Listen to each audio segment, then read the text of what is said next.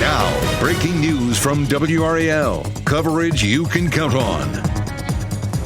Breaking news, a new decision from the Supreme Court means hundreds of people charged in the January 6th attack could get another day in court. The decision that could reverse some convictions, but not all. As we get ready to head into the weekend, we have more heat on the way. Could be heat index values up to 110 and some isolated strong storms on Sunday. We're going to go over all of this coming up. A former Wake County teacher is in custody following a WRAL investigation. James Rencher is charged with assaulting children with special needs. You'll hear from parents who long suspected that abuse coming up on WRAL News. And fresh off the debate stage, President Biden and former President Trump hit the campaign trail. Biden will address supporters here in Raleigh while Trump attends a rally in Virginia. We've got both campaigns covered for you. We'll get to those charges against a Wake County teacher following a WRAL investigation and the dangerous heat headed our way in just a moment. But we do need to begin with breaking news this noon. Ken Smith is in the WRAL Live Center with a decision by the High Court that makes it harder to charge the January 6th riot defendants. Ken. Michelle and Jeff, this is just into our newsroom. Federal prosecutors improperly charged a January 6th defendant with obstruction. A divided Supreme Court ruled today, likely upending many cases against rioters who disrupted the certification of the 2020 presidential campaign. Now, after the January 6, 2021 attack on the Capitol, federal prosecutors charged more than 350 participants in the pro-Trump mob with obstructing or impeding an official proceeding. Now, writing for the majority, Chief Justice Roberts said the government's broad reading of the statute would give prosecutors too much discretion to seek a 20-year maximum sentence for acts Congress saw fit to punish only with far shorter terms of imprisonment. Now, in its biggest decision on homelessness in decades, the U.S. Supreme Court also today ruled that cities can ban people from sleeping and camping out in public places. The justices, in a 6-3 decision, along with ideological lines, overturned lower court rulings that deemed it cruel and unusual under the 8th Amendment to punish people for sleeping outside if they had nowhere else to go. Now, writing for the majority, Chief Justice Gorsuch, I should say, said homelessness is complex.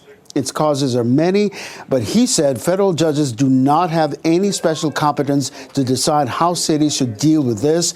In a dissent, Justice Sotomayor said the decision focused only on the needs of cities, but not on the most vulnerable. These are two decisions we'll continue to follow all throughout the afternoon here on WRAL. A lot going on this noon. Add to it, the heat index will be near 100 this afternoon. That's right. Meteorologist Anthony Baglione is in the WRAL Severe Weather Center with a look at why it could feel even hotter this weekend, Anthony. Yeah, it's going to be toasty for us. Our actual air temperature is going to be manageable this weekend, but you factor in the humidity, it's really going to ramp up those feels-like values to potentially about 110 as we get into tomorrow and still very similar into our Sunday.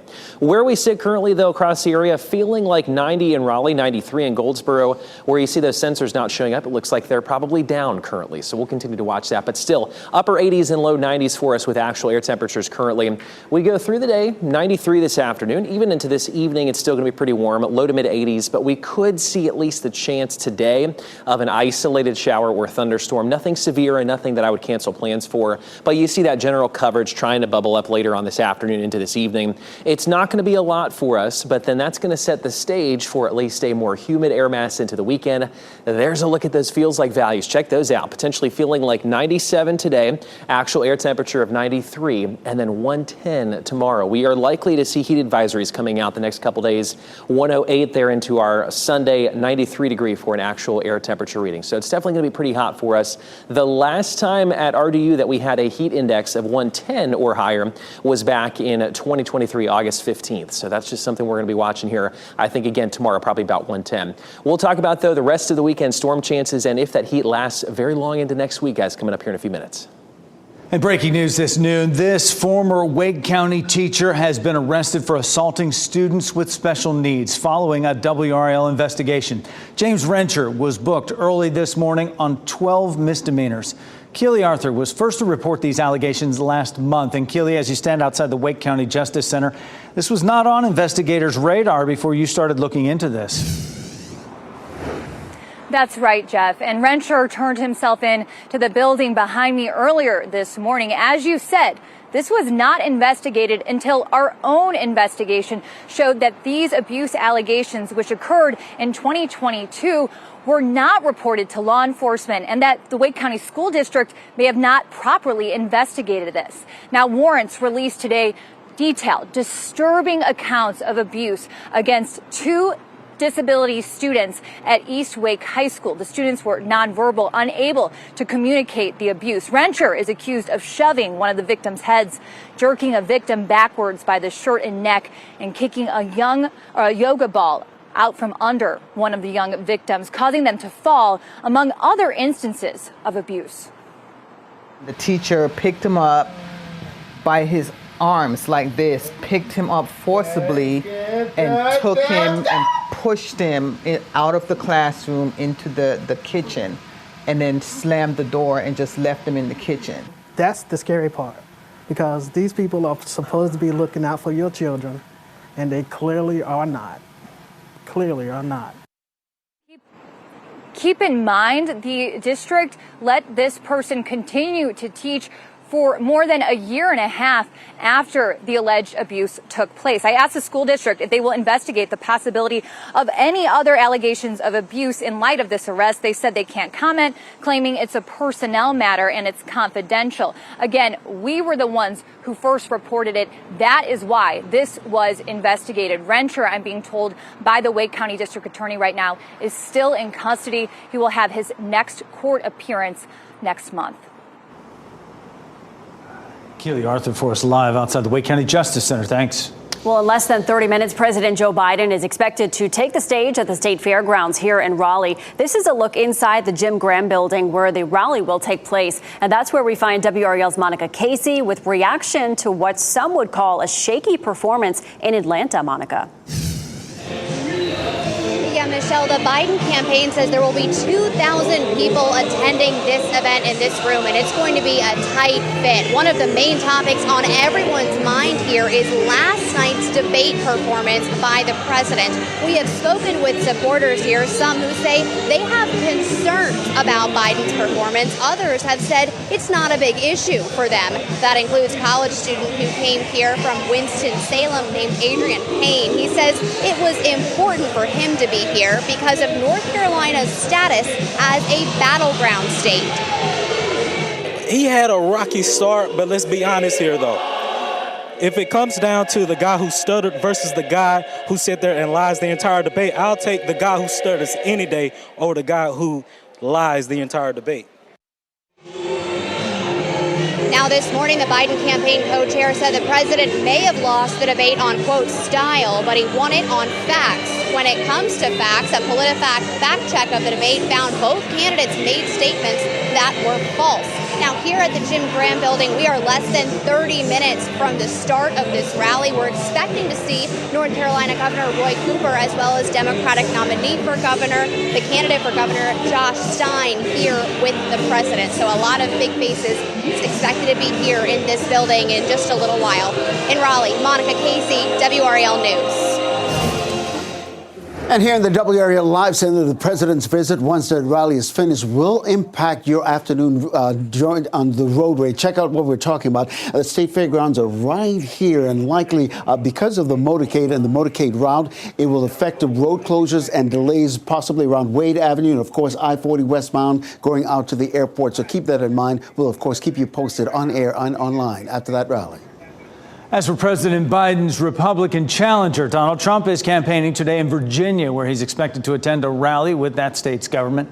Now, this morning, Trump supporters on the Hill reacted to the debate, saying President Biden is just not up for the job. It's nothing we take pleasure in pointing out because it's so dangerous, because we're concerned about our stature and standing on the world stage. Our adversaries see exactly the same thing that all of us see.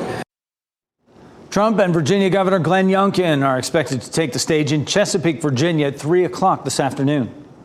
A flash poll conducted by CNN found 67% of voters thought Trump won the debate. 33% thought Biden won. Prior to the debate, 55% of those same voters thought Trump would turn in a better performance. Be sure to stay with WRAL throughout the day for coverage of President Biden's visit to Raleigh. And we have a full breakdown of everything that happened in last night's debate on WRAL.com. That includes a fact check of each of the candidates' statements from our partners at PolitiFact. Goldsboro police announced they have arrested a teenager in connection with a deadly shooting outside a grocery store. 18-year-old Javon Langston was shot and killed earlier this month outside of the Food Lion that was on East Ash Street. Officers say the victim and the shooter had an argument that escalated to gunfire. Officers did not release the name of the shooter because he is 17 years old. UNC police are investigating a string of break-ins on and near the main campus. Since Tuesday, police have been called to Beatty Hill, Craig Parking Deck, and Fraternity Court. In all, they've taken 8 reports of car break-ins. UNC police are reminding everyone, keep your valuables locked away out of sight and lock your car and be sure your alarm is set. A child died when a bookcase fell on top of them, and now the bookcase is being recalled. This is the piece of furniture that's being recalled. It's the Hayden bookcase made by Danya Furniture. All we know about the accident involving a child's death is that the bookcase was not anchored and fell onto a 4-year-old child in August of last year. Danya is offering refunds or free installation of those anchor kits to customers. Next at noon, winning at the Olympics is hard, but first, athletes from our country have to make it on Team USA. How the squad is shaping up. Also, dating in real life these days. How are millennials and Gen Zers getting together? Plus, a 3-year-old boy is dead, and a mother and her boyfriend are charged with child abuse. At 12:30, a live report from Harnett County on this disturbing case. Keep watching WRAL News over the air Channel 34 and Spectrum Channel 1257.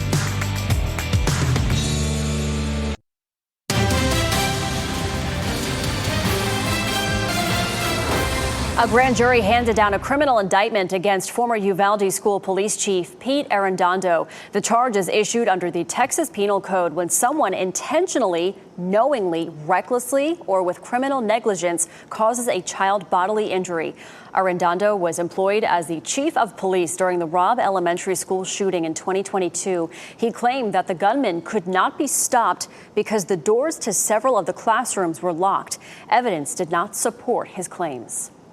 And a white couple in West Virginia is charged with adopting 4 black children from a shelter and forcing them to work as slaves.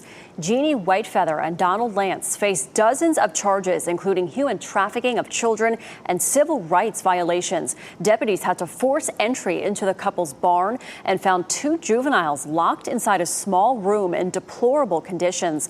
Officials say the children are all safe. The couple has pleaded not guilty. They're each being held on $500,000 cash-only bonds. After a 2-day break, Olympic trials in track and field resumed last night, and trials also get started in gymnastics. Mark Barger has all the key moments and reaction.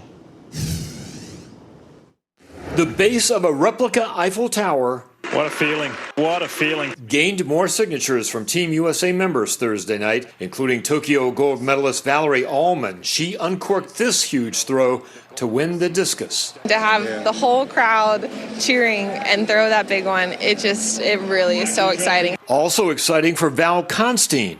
ACL surgery a year ago, but a personal best and a trials record to win the steeplechase and a second Olympic trip. I'm just so lucky and so blessed. After winning the women's 100 over the weekend, Sha'Carri Richardson began her pursuit of an Olympic double. Let's look at Sha'Carri's form. Breezing to victory in her first-round heat of the 200 meters, the semifinals are up Friday night. A similar story for the men. An easy opening round win for 100-meter champ Noah Lyles in what is normally his stronger event, the 200.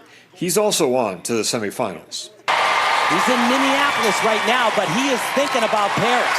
Frederick Richard turned in a stellar effort on the parallel bars and another on the high bar at the men's gymnastics trials. It was enough to put him in the lead after night 1 of competition. Recent U.S. champion Brody Malone is in second place heading into Saturday's action, which will determine the 5 athletes who will make up the U.S. team in Paris. Coming up tonight, it's the ladies' turn to take the floor. Mark Barger, NBC News. Can't wait for all of it. And Speedo is also unveiling the U.S. swimsuit ahead of the Summer Games, the Fast Skin 2.0 design. It's It's the official choice for its global team roster. Speedo says the launch celebrates the Olympic trials in Indianapolis. WRAL's coverage of the Summer Olympics begins July 26th. We'll have all the action, including reports from WRAL's Liz McLaughlin. And we are looking forward to that. All right, well, let's get over to meteorologist Anthony Baglione. He has a look over White Lake this morning. It's a nice day for the lake. It's warm. There's people out there. Yeah, I was watching this camera here for the past probably 15 to 20 minutes or so, and people are just out there enjoying the water. It's a nice, still morning for us. We have some sunshine getting through. It's warm, but it's manageable. We don't see humidity levels really off the charts out there right now. You can see a couple boats off in the distance, maybe some just hanging out tubing here over the next couple of hours. It's going to be a beautiful day for the lake. We sit currently, though, at 91. So actually, I'd just call it hot out there. 89 in Rocky Mount, 87 in Fayetteville. Where you see the number not showing up, it looks like our sensors have been down this morning. We get that data fed in from the stations out there that kind of observe those temperatures. And so once they come back up online, we should be able to get those into our system. Nonetheless, though, we go to 93 this afternoon, 92 by about 5 o'clock or so.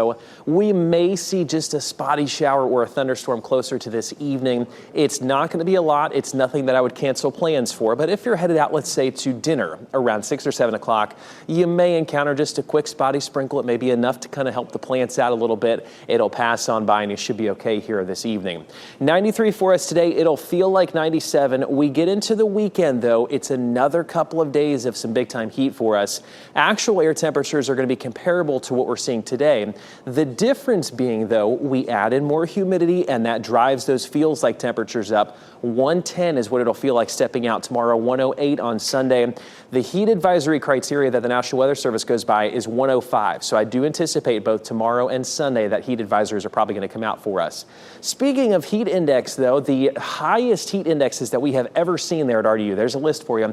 It was actually back last year, 2023, 115 degrees, 0.10 technically, was the observation out at RDU. That was the highest heat index value that we've ever seen at RDU. We are not going to get there, but still probably about 5 degrees cooler than that as we head into Saturday and Sunday. Let's time out here for us through the rest of today. So here's Futurecast. You can see we're pretty quiet. There may be a couple showers and thunderstorms that try and get going. I think this model's a little bit overdone, to be honest, but we get closer to 6 o'clock. It's still showing at least that potential for some of those coming through. It's not going to be a lot for us. I think Sunday is going to be a better chance for seeing some at least meaningful rainfall. The trade-off being we do have a severe risk outline there for the entire state. What that's saying is we could see some gusty winds across the area. It's not going to be a big severe threat for us, but Sunday does look like at least we could get some more scattered coverage across the area. Let's check out the tropics. We have this system in the southwestern Gulf of Mexico. There's 30% chance rather of development on that one. And our next one that's likely to become either a tropical depression or tropical storm is that red area that's outlined. That will likely happen here in the next couple of days. So we'll watch that closely. No imminent impacts or threats with that one, thankfully. 93 today, we go to 95 tomorrow, 93 on Sunday. The relatively coolest day, mildest day there on Monday, and then we are close to 100 by the time we get into July 4th next week. Thanks, Anthony. Coming up this afternoon on WRAL News, a fire breaks out at a funeral home in Fayetteville. And on our news at 4, WRAL's Gilbert Bays finds out what's next for this well-known facility and asks investigators whether the crematorium had anything to do with this. Then at 6, did your rent go up in the last year? WRAL digs into how the cost of living has jumped in the Raleigh area. And some singles say it's time to take a swiping sabbatical.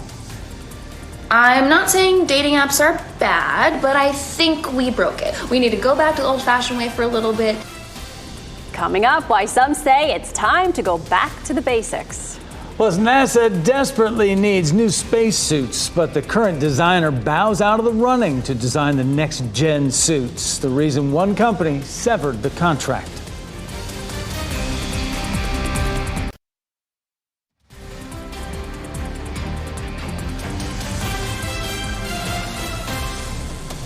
Welcome back as we look live over a beautiful Carolina beach. It is packed with people. It's the perfect day for the beach. You're watching WRAL News, available on Hulu and the WRAL app on your TV or streaming device. For years, apps like Bumble and Hinge have dominated the dating space, but studies show that millennials and Gen Zers might not be interested in them anymore. So how are young people making those connections? NBC's Maura Barrett explains they're actually getting together in person. Here, let me do it for you, Ethel. Thanks, Bill. The saying, what's old is new again, is ringing true tonight for how young people are looking to date. I'm not saying dating apps are bad, but I think we broke it. We need to go back to the old-fashioned way for a little bit. Gen Z specifically is looking to stop swiping, showing more interest in meeting people, quote, naturally. A new Eventbrite report showing a notable rise in singles events and speed dating. Attraction doesn't work necessarily in the ways that we use them on dating apps, where you might make a snap judgment on someone in less than 30 seconds. And that's not how things play out in person. A craving for connection led Ariana Nathani to make a space for singles in New York City with her company Drinks First, curating dating events in person. What took our events to the next level was the interest that people wanted, that in-person connection. That has only strengthened with the decline of the use of dating apps. It's a trend across the country. According to Eventbrite, a majority of young daters now saying meeting IRL feels more genuine, while nearly half says it feels safer than a potential catfish online. Dr. Jess Carbino, a sociologist who previously worked for Tinder and Bumble, says it's also because younger generations are leaning into meeting where it's convenient, like in college or at sports clubs. And frankly, I'm glad that they are. And the dating apps should be glad that they are as well, because they're going to learn the skills they need. That was Maura Barrett reporting. Last month, the founder of Bumble teased that the app probably will not be centered around dating in a few years and instead used to meet anyone with similar interests. Now for a look inside a multi-billion-dollar company that refuses to raise its prices even during inflation. A born and bred New Yorker, Don Voltaggio, had never been to Arizona when he started Arizona Beverage Company. Well, now it's one of the top iced tea and juice brands in America. Close to 3 billion units sold per year. They started in 1992 with a 23-ounce can designed by his wife, selling for just 99 cents. And the price has notably stayed the same. We're debt-free. We own everything. Why? Why have people who are having a hard time paying their rent have to pay more for our drink? Maybe it's my little way to give back.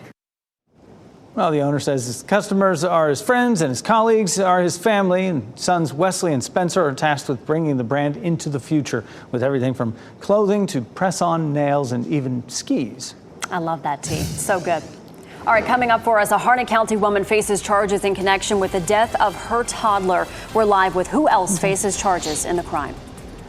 And we take you out to the fairgrounds right now. This is a live picture inside the Jim Graham building. And Josh Stein speaking right there at the podium. President Joe Biden expected to rally his base there less than 24 hours after his first presidential debate against former President Trump. We'll get you back to some of these live pictures when his speech begins. Also, here are your winning NC Education lottery numbers.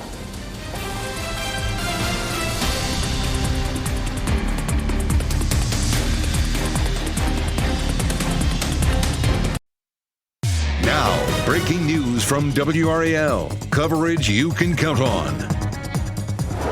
Breaking news within the last 30 minutes, the court increased bond for a woman charged with the death of her 3-year-old. Police say the little boy was found unresponsive around 10 a.m. on Monday. 2 arrests have been made in this case, and charges could be elevated still, according to Dunn's police chief. WRAL's Chelsea Donovan joins us now live in Harnett County. And Chelsea, you just spoke to the police chief there. Yeah, absolutely. And Jeff, we should mention that that tragic death happened just about 5 minutes here from the Dunn Police Station on Ponderosa Drive. It's a complex well known to the Dunn Police Department. And when investigators arrived in the apartment, they did find this little 3-year-old boy unresponsive. Let's show you a picture. This is 3-year-old Marcos, known as OJ to his family. Police say he was bruised and battered all over his body and unresponsive when police and investigators went in on Monday. He was transported to a trauma center where he died. Now, the boy's mother, 22-year-old Sierra Prevette, was arrested last night. She's charged with negligent child abuse. The boyfriend of the mother, 24-year-old Micah Wynn, was also charged on the day of the incident, though, with felony child abuse. Now, as you mentioned, I just got done speaking with Dunn's police chief about the toll that this takes not only on families, but first responders. It's very devastating that it even occurs, but it's also very painful and heartbreaking for our officers to have to process the scene and see everything that's involved. And as the chief of police, that's one thing that's really hard on me. Now, both of these suspects were in a Harnett County courtroom earlier this morning. As you mentioned, the mother's bond was increased to $1 million from $100,000. Micah Wynn is in jail under a $300,000 bond. We're also hearing from the Dunn police chief they are planning a vigil for baby Marcos. We're live in Dunn. Chelsea Donovan, WRAL News. Another heartbreaking story here WRAL has been covering for months. The deaths of these two children. The adoptive mother of Blake and London Devon stood before a judge Wednesday, a day after her arrest. Avante Devon seemed calm as she entered the courtroom and stood before the judge. The charges against her include 2 counts of first-degree murder, concealment of death, kidnapping, and felony child abuse. Investigators say Blake and London Devon are dead. They had been missing for years, but Avante never reported them missing. Authorities say they found a metal burn barrel with partial human remains in it. They believe the children were physically abused by their adoptive mother. Investigators say London Devon died of starvation and neglect. The Cumberland County District Attorney says the case is one of the most heinous he's ever prosecuted. All of us have soft spots for children, and the cases with children are the most difficult that we deal with. So the fact that this involved allegations of the abuse and the death of children was certainly the thing that grabbed my attention first, particularly the manner in which the allegations suggest that they died. Avante Devon is being held without bond at the Cumberland County Detention Center. She could face the death penalty if convicted on the murder charges. Americans should plan to get updated COVID-19 and flu shots this fall. That's the word from the Centers for Disease Control. As Chanley Painter reports, the Affordable Care Act requires insurers, including Medicare and Medicaid, to pay for those vaccines.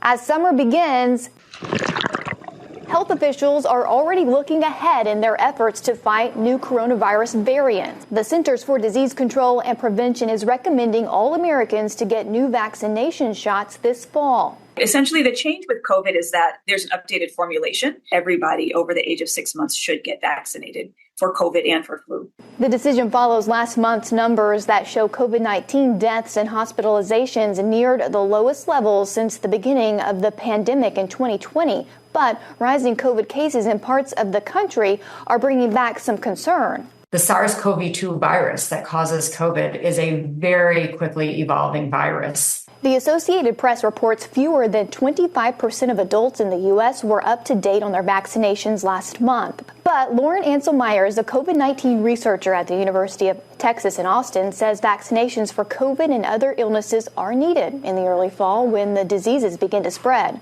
These respiratory viruses like RSV and influenza and COVID, they still take an enormous toll every year. The CDC is also updating its RSV vaccine recommendations for older adults. All individuals over age 75 get the RSV vaccine for the upcoming 2024-2025 respiratory virus season, and that any adults between ages 60 and 74 who have underlying conditions that put them at high risk for severe RSV, they should also be vaccinated.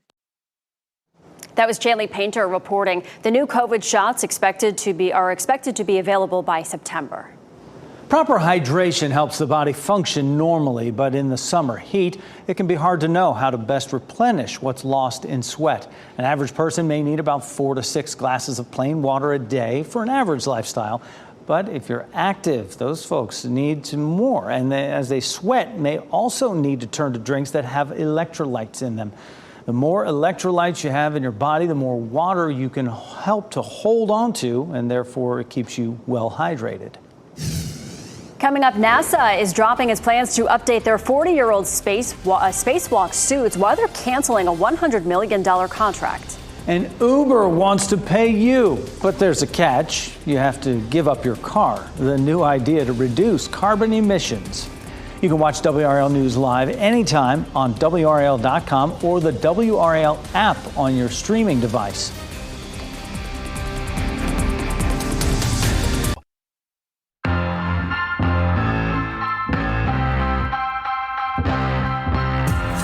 A lot of events coming up this weekend in the Triangle. Yeah, we have your out and about best bets, including one way your family can take a break from this heat that we're seeing. Lego fans want to head to the Raleigh Convention Center this weekend for Brick Universe. This fan event will include exhibits, building zones, and lots of Lego merchandise. General admission tickets are available for Saturday and Sunday. Tickets start at $20 at the door. And on Saturday, there will be more than 50 food trucks on Fayetteville Street. The downtown Raleigh Food Truck Rodeo is from noon to 6 p.m. Bring your appetite. Admission is free. This is always a popular event. And on Sunday, there will be a Pride event at downtown Cary Park. Pride in the Park is from noon to 4. The event is open to the public and includes family-friendly activities, including lawn games, arts and crafts, friendship bracelet making, bubbles, and temporary tattoos. And for more about these and other events this weekend, you can go to WRAL.com and search Out and About. One of the two companies tasked with designing NASA's new spacesuits is backing out. The reason: one company dropped out. A Civil War-era discrimination law on contracts and foreign workers gets new life in the modern tech world. The latest lawsuit Meta must face in court.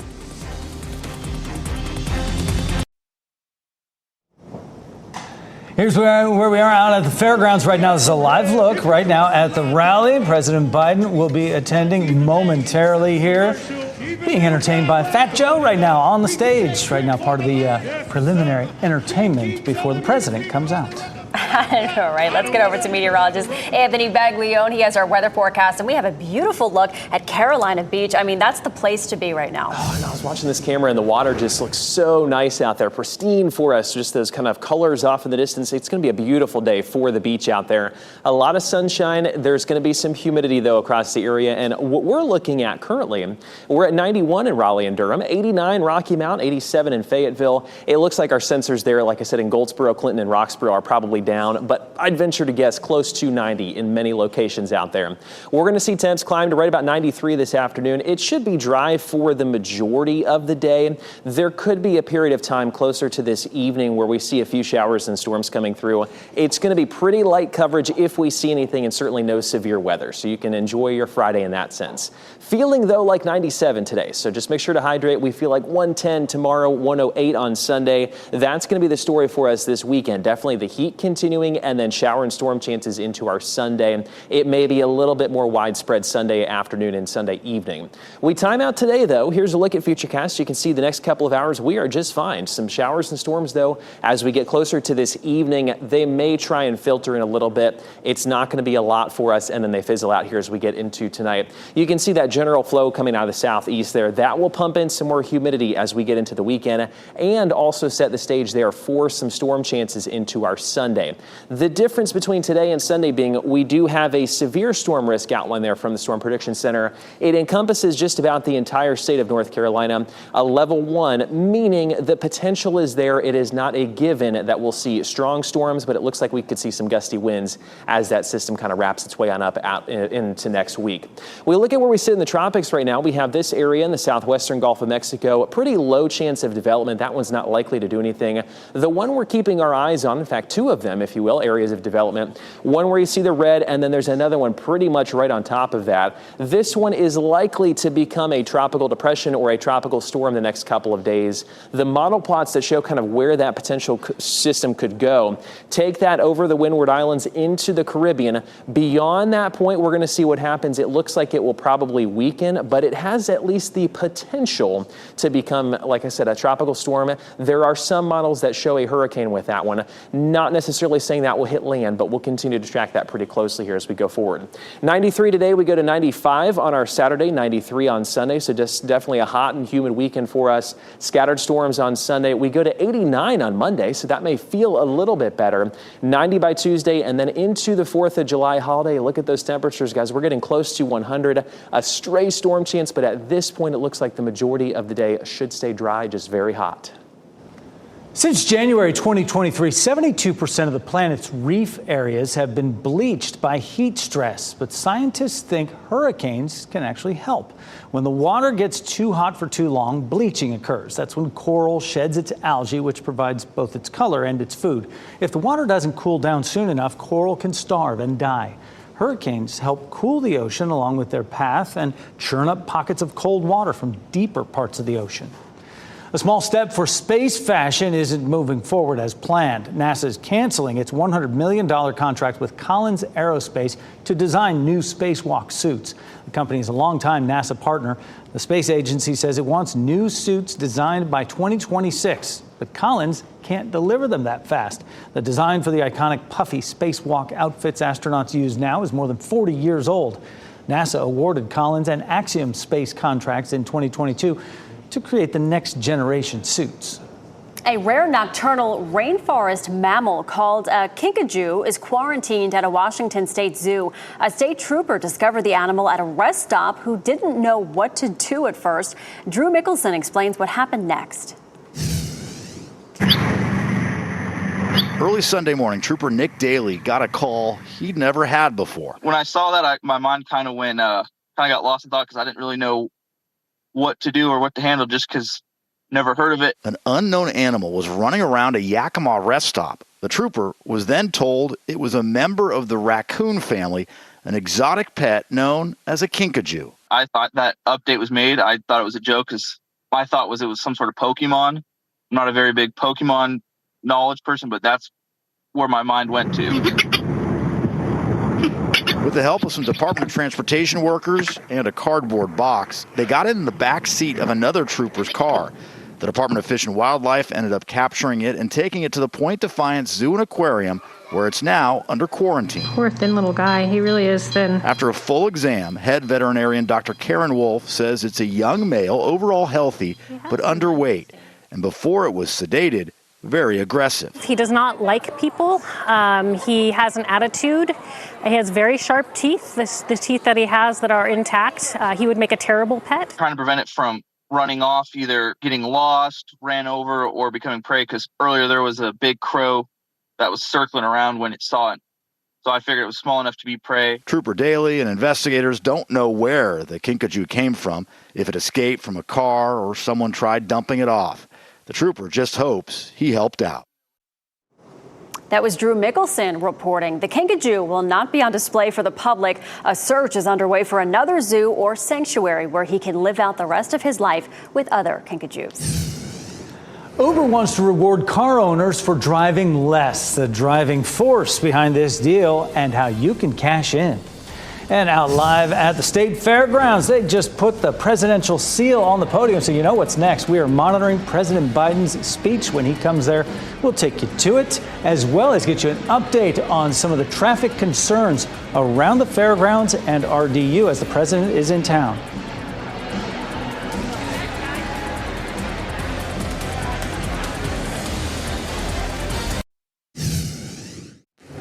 We wrap things up with a look at a few of the headlines we are following for you today.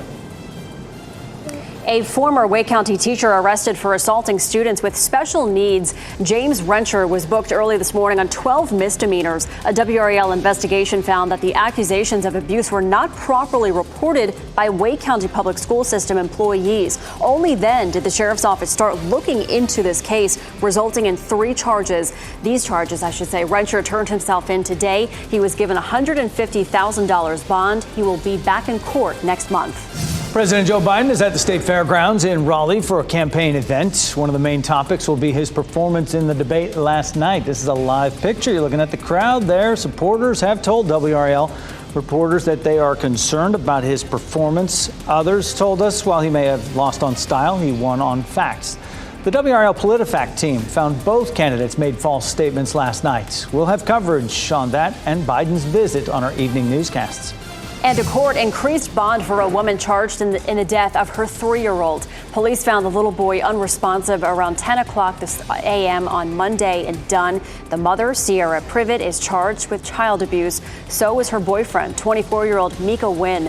Charges could be elevated, according to Dunn's police chief. The city of Dunn is working on a plan for a vigil for the little boy. A federal jury says the NFL has to pay nearly $5 billion in damages for overcharging subscribers of its Sunday ticket package. Plaintiffs in the case accuse the NFL of conspiring with teams to inflate the price of the Sunday ticket for millions of residential and other subscribers like bars and restaurants. DirecTV was the sole distributor of Sunday Ticket until this past season when YouTube TV took over the contract. A season-long subscription now costs nearly $450. A class action lawsuit against Meta can move forward. The suit stems from an 1866 law preferring extending contracts to foreign workers over American labor. A software engineer wants to sue Meta Platforms because he says the company preferred foreign workers over him, and those workers are paid lower wages. Meta denies any wrongdoing. Uber wants to pay drivers to ditch their cars for a month. The ride-hailing company is launching the One Less Car Challenge in an effort to reduce carbon emissions. It'll pick 175 people in select cities in the U.S. and Canada to receive a $1,000 credit towards Uber, public transit, e-bikes, and car rentals. The 5-week program begins July 22nd. The cover art for the first edition of J.K. Rowling's Harry Potter and the Philosopher's Stone just sold for nearly $2 million. That price tag makes it the most expensive item related to the series. The rare book jacket was painted in 1996 after the publisher hired a 23-year-old recent art school graduate from England. The artist behind the cover, Thomas Taylor, helped establish Harry Potter's iconic round glasses and that lightning bolt scar. Our pet of the day is a playful, loving puppy from SPCA of Wake County. Lawson is a 12-week-old neutered male weighing 10 pounds. He won't stay small for long. He is estimated to grow to be around 55 to 70 pounds. Ooh. Lawson adores human company, but he also knows how to entertain himself by playing with all his toys. Since he was a puppy, he is impressionable and could be introduced to cats and other dogs of all kinds. Lawson is looking for a family who has the time and energy to welcome a new baby into the house. For more information or to visit Lawson, visit spcawake.org. That is a sweet face right there. All right, we are taking you to Wilson, where for nearly 6 decades, one restaurant has not only survived but thrived by serving only one option. That's today on your News at 4. Happening now in the WRAL Live City. I want to take you this live look inside the Jim Green building over at the State Fairgrounds. President Biden is about to address supporters after a very shaky debate last night. If you want to listen to the president's entire remarks, we're carrying it on WRAL News Plus. Back here in the Live Center now, your traffic will be affected in the next hour or so after that rally. The State Fairgrounds right here, likely the roadways around the State Fairgrounds will be affected, including Wade Avenue and I-40 westbound. Keep that in mind if you're about to head out in the next hour or two.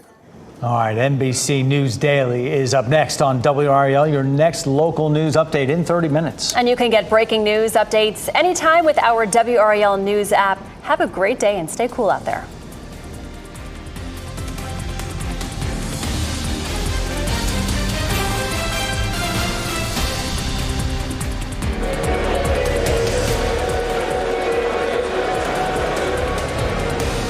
Keep watching WRAL News over the air Channel 34 and Spectrum Channel 1257.